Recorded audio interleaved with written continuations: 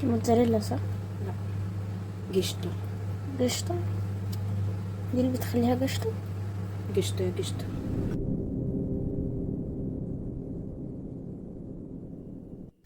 النهارده بقى انا بعمل معاكم فيديو عشوائي جدا.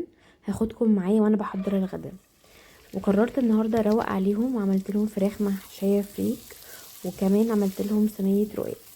الفريك انا بكون نقعاه قبلها بليله، بغسله كويس جدا لحد ما الميه بتاعته تبقى شفافه، وبعدين بنقعه ليله كامله. وبعدين بجيب معلقه سمنه بلدي واحطها على النار واقلبها كويس قوي في السمنه البلدي وملح وفلفل بس، ما بحطش اي حاجه تانية مع الفريك. والفرخه برضو هنا كنت متبلاها، احنا تبلناها مع بعض في الفيديو اللي فات.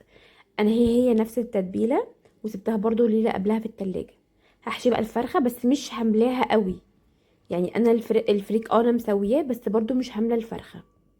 هحط كده خلة اسنان عشان اقفل بيها الفرخه، مش هخيطها ولا حاجه، انا هقفلها بس بخلة سنان وهسيبها على جنب.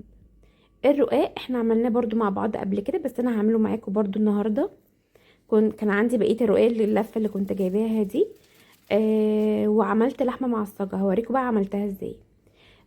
انتوا لحد دلوقتي في ناس كتير قوي بتشوفني ما عملتليش فولو ولا لايك ولا اي حاجه، من فضلكم اعملوا لي فولو.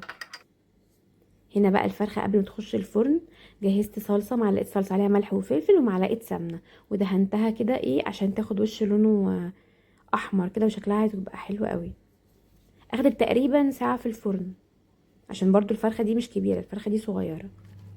هنا بقى عشان اعصج اللحمه عندي بصل مفروم خشن، هشوحه كده من غير اي ماده دهنيه. بعد كده هنزل باللحمه المفرومه. انا الطريقه دي بتاعت ماما بصراحه، انا بحبها لانها بتبقى خفيفه من غير اي ماده دهنيه، بس في الاخر بحط حته سمنه صغننه.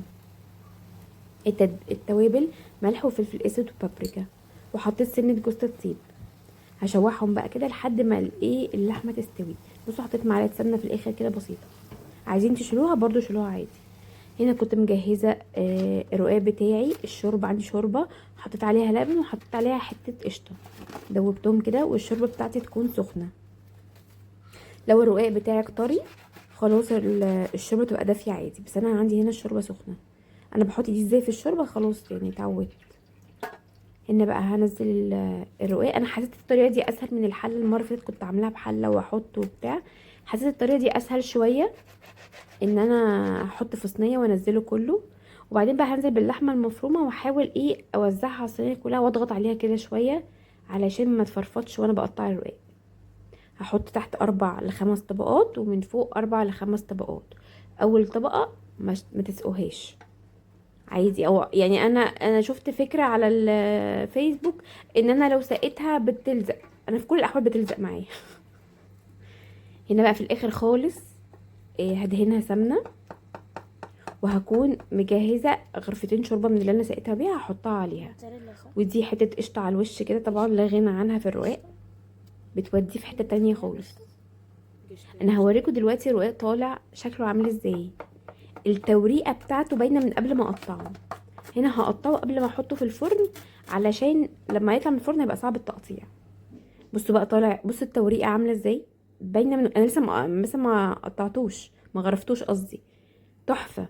والفرخه كمان طلعت، احنا بنحبها محمره قوي كده. والبقيه الفريك كنت مسوياه لوحده حطيت تحتها. قربوهم بقى بطريقتي والف هنا وشفا.